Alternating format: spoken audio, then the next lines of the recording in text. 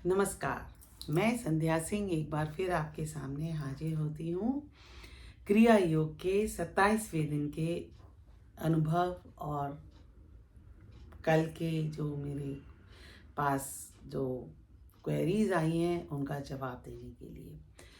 तो जैसा कि जो लोग मुझसे पहले से जुड़े हुए हैं वो जानते हैं, आज 27वां दिन है और जो आज पहली बार मेरा वीडियो देख रहे हैं वो मेरे पहले वाले वीडियो से शुरू करें, क्योंकि ये थोड़ा सा एडवांस्ड है और आप अगर प्रैक्टिस कर रहे हैं तो हो सकता है आपको ना एडवांस लगे, लेकिन जो आप पहली बार कर रहे हैं या तो ये थोड़ा एडवांस्ड है।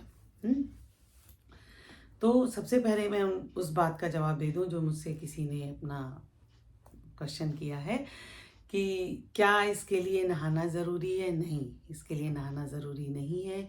ख़ास करके जब आप सुबह करते हैं तो अगर आप नहाना शुरू करते हैं तो आप जो आपकी एक मेडिटेटिव अवस्था है वो थोड़ी सी डिस्टर्ब हो जाती है, उसमें टाइम फिर ज़्यादा लगेगा। हाँ, अगर आप दिन में कर रहे हैं, नहा कर रहे हैं, उसके बाद तसल्ली से करना चाहते हैं, वो आपकी अपनी मर्ज़ी है। तो पहली बात तो ये हो गई, हाँ, कि नहाना। अच्छा, दूसरी बात, बहुत सारे लोगों ने बोला कि मुझसे इतनी गहरी सांस नहीं ली जाती।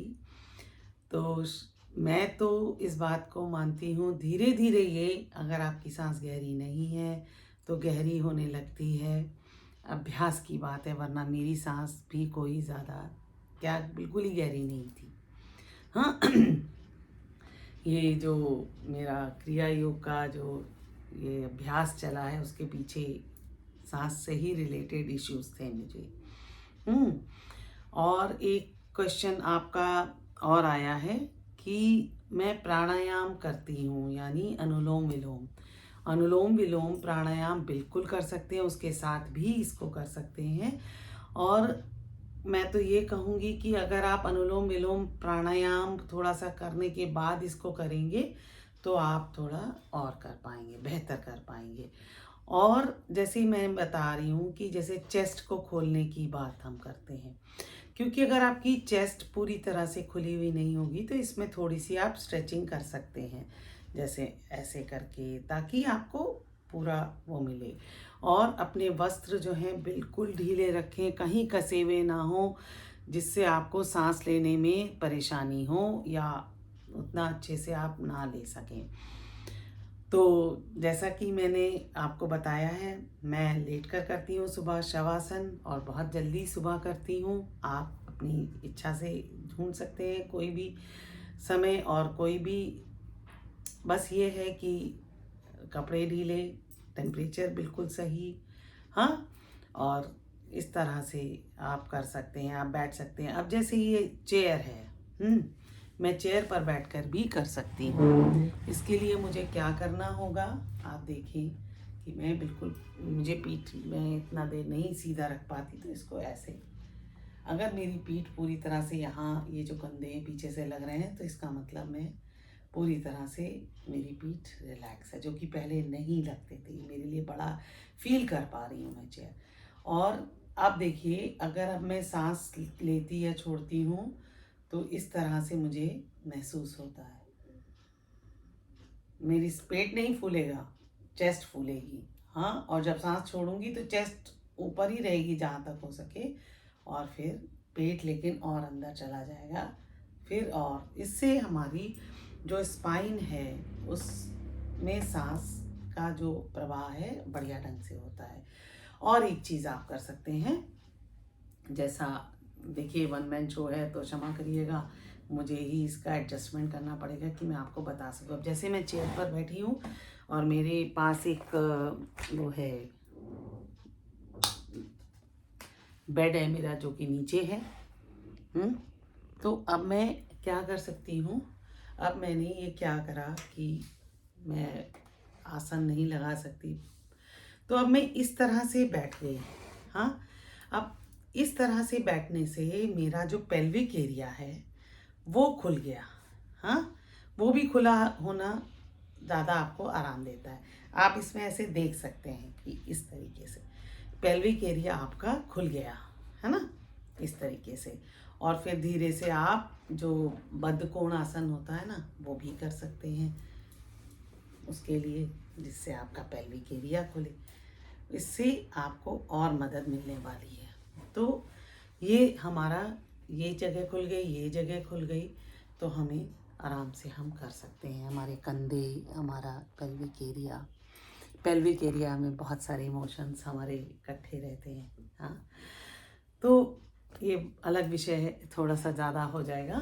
तो अब मैं बात कर रही हूँ कि अब हमने सांस लेनी है। सांस लेते समय हमने सीखा है अब तक कि सांस भरते समय आप टेल बोन पर ध्यान लगाएं और धीरे धीरे आप देखेंगे वो टेल बोन अंदर अंदर, जैसे पेट अंदर ही है, उसमें भी फर्क क्या है, अगर आप बेली ब्रीदिंग करते हैं, पेट से सांस लेते हैं, तो वो टेल बोन और बैक आपकी थोड़ी सी अनटच रह जाती है। तो इसलिए आप अगर इस तरीके से करते हैं तो वो थोड़ा आपकी स्पाइन में जो चेतना आनी चाहिए वो, उसमें भी मदद मिलती है, आपकी श्वास भी बेटर होती है।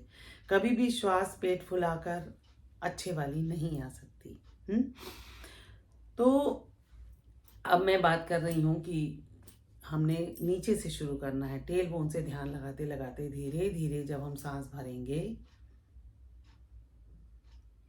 तो सो की ध्वनि स्वतः आएगी, और उसको हमने सो की ध्वनि अपने सुनने का प्रयास करना है। निकालने का प्रयास अब हम नहीं करेंगे, बल्कि सो की ध्वनि हम सुनने का प्रयास करेंगे।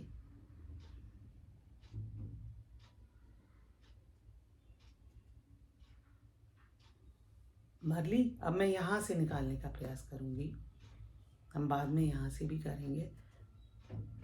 जैसे ऐसे है गुब्बारा या कुछ भी, उसमें से यहाँ से हम निकाल रहे हैं। जब गुब्बारे से मुंह से हवा निकालते हैं तो धीरे धीरे धीरे धीरे क्या होता है, वो नीचे तक बिल्कुल निकल जाते हैं। फिर से सांस भरते हैं। आप देखेंगे कि अब आपका जो दोनों हिप्स हैं बेटर ढंग से सपोर्ट कर पाते हैं।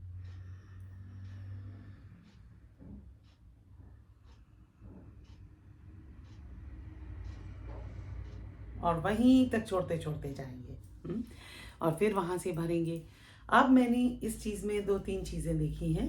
जब आप इस तरीके से अभ्यास कर लेते हैं कुछ समय तक, देखिए रोज़ का आपका इस मामले में थोड़ा सा टाइम लगता है। रोज़ ये नहीं कि बस जो कल था वहीं से शुरू होगा, थोड़ा सा आप इसको करिए।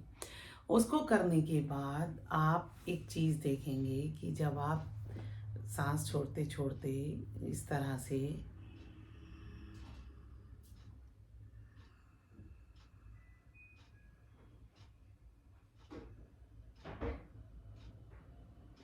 तो यहाँ से एक ऐसा लगेगा जैसे, शायद इसीलिए इसका नाम कुंडलिनी रखा गया है, ऐसा लगेगा कोई चीज़ ना चिकनी सी सरकती सरकती सी ऊपर को चलना शुरू हो जाती है। जब हम इसको सांस को छोड़ते हैं, हाँ, तो हमें महसूस होती है। कभी सांस ऐसे, जैसे सांस भरी,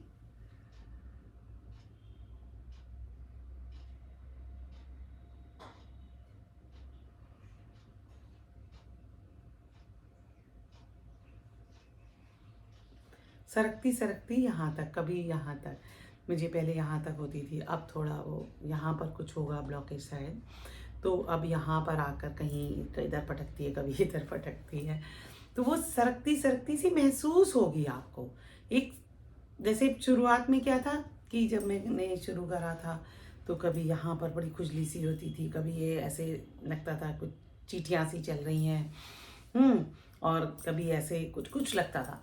अब वो एक जो पहले यहाँ पर सरकने का सा एहसास होता था, जैसे कोई चीज़ सरक रही है, तो वो एक, जैसे आप सोच लीजिए कि अगर आपके अंदर, सॉरी डर ना लगे, एक कोई चिकनी सी चीज़ वो धीरे धीरे धीरे धीरे सरक रही है। तो कल परसों तक तो यहाँ तक थी, अब थोड़ा सा आगे बढ़ रही है। लेकिन तरीका मैंने कोई ऐसा नहीं सोचा, मैंने ये सिर्फ आपको बताया। शायद आप भी ये अनुभव कर रहे हो तो हो सकता है, और नहीं कर रहे हैं तो कोई बात नहीं, आप करेंगे। तो बस अब आपको अभ्यास पर सिर्फ इतना ध्यान है कि सांस भरते समय यहाँ, सांस छोड़ते समय यहाँ। और आपको लगता होगा बहुत सारे इंस्ट्रक्शंस हैं, लेकिन जब आप इसके यूज टू हो जाएंगे तो हो सकता है आप इससे भी ज़्यादा इंस्ट्रक्शंस आप फॉलो करने लगे। हाँ, और अब का जो हमारा ये इस तरीके से फीलिंग आई है, अब हमें थोड़ा सा अंदर से एक चीज़ का ध्यान रखना है। आज का जो प्रैक्टिस है वो प्रैक्टिस हमने आज आज का जो अभ्यास, एक दिन हम रोज़ एक चीज़ का अभ्यास करेंगे। सबसे पहला अभ्यास, हम सत्य बोलेंगे। सत्य ऐसे नहीं, खुद से सत्य, खुद को हम डिनाई नहीं करेंगे। डिनाई बोलते हैं कि नहीं नहीं मैं ऐसा कैसे, अरे भाई मैं सोच रही हूँ, वो सत्य जो हम खुद से बोलेंगे, है ना, खुद को एक्सेप्ट करेंगे। तो इतना आप अभ्यास करिए, धीरे धीरे हम ये सारी चीज़ें, और देखिएगा आपको इसको एक्सेप्ट करने से और ज़्यादा उन्नति होगी। अगर आप ये सत्य का अभ्यास करेंगे, मेरे अभ्यास कभी भी और कठोर से नहीं है, बिल्कुल सरलता से हैं, और वो आपकी नॉर्मल उसमें भी उन्नति होगी, और आध्यात्मिक उन्नति उसके बाद थोड़ी सी बेटर हो जाती है। तो हम खुद से करेंगे। और दूसरी चीज़, एक चीज़ और थोड़ा सा कर लीजिए, अभ्यास करिएगा। हर चीज़ को, चाहे वो मैंने अच्छी करी या गलत करी, उसको एक बार अपनी अंतरात्मा में सरेंडर करना सीख जाइए। जो लोग ईश्वर को मानते हैं वो ईश्वर में सरेंडर करिए कि मुझे इतना ही आता था, अगर मैं गलत हूँ तो मुझे गाइड करें, है ना, मुझे इतना ही मालूम था। गलत सही अच्छा आता है, अच्छा भी होता है, सिर्फ गलत के लिए नहीं, अच्छा है उसको भी सरेंडर करना थोड़ा सा अभ्यास करिए। मुश्किल है, लेकिन ये आपके आगे की उन्नति के लिए बहुत सहायक होने वाला है, इसलिए मैं आपको बता रही हूँ। और जब आप ये अभ्यास कर रहे हैं तो ये बहुत आसान हो जाता है। धीरे धीरे आप देखेंगे ये चीज़ें आपके लिए, मैं यम नियम आपके अंदर से ही आने शुरू हो जाते हैं। ये जो मैं आपको बता रही हूँ, ये मैंने किसी बुक से पढ़ के नहीं बता रही, ये मैं सिर्फ और सिर्फ अपने अनुभव के हिसाब से बता रही हूँ, क्योंकि मैं थोड़ी सी इस मामले में बेवकूफ़ हूँ कि मुझे कोई सामने से चीज़ सिखाता है और जब तक मैं वो मेरे अनुभव में खरी ना उतरे या मैं उसको नहीं कर पाऊँ तो मैं नहीं कर पाती। आप भी मत करिए, जब तक आप उस चीज़ को खुद से ना, अंदर से आवाज़ नहीं आए, अंदर से नहीं समझ आए, तब तक आप उसको सिर्फ इसलिए मत एक्सेप्ट कर लीजिए कि भाई मैंने बोला है या किसी और ने बोला है या किताब में लिखा है। पहले उसको करके देखिए, यही एक सच्चे साधक की मेरे हिसाब से निशानी है, तभी आप समझ पाएंगे। नहीं तो ये भी एक नया बोझ हमारी ज़िंदगी पर पड़ जाएगा। बाकी जितने बोझ है ना कि अरे ये भी एक काम है, तो इसको काम नहीं बनाना, इसको प्राकृतिक रूप से अनुभव करिए और फ़ायदा उठाइए। तो आज का मेरा वीडियो यहीं तक, और कल फिर मिलूँगी 27वें दिन के, वो सॉरी 28वें दिन के, आज जो है हमारा 27वां दिन हो गया है एपिसोड के साथ। शायद इसीलिए जो 27 भी एक मिस्टेक नंबर है, इसलिए जो आज का अनुभव है जो वो मुझे महसूस हुआ है। और अगर आपको कुछ भी डाउट लगता है आप मुझसे पूछें, मैं ज़रूर बताऊंगी। कल के वीडियो अगर आज आप लिख देंगे तो कल मैं आपको ज़रूर बताऊंगी। तो फिर मिलूंगी, तब तक के लिए नमस्कार।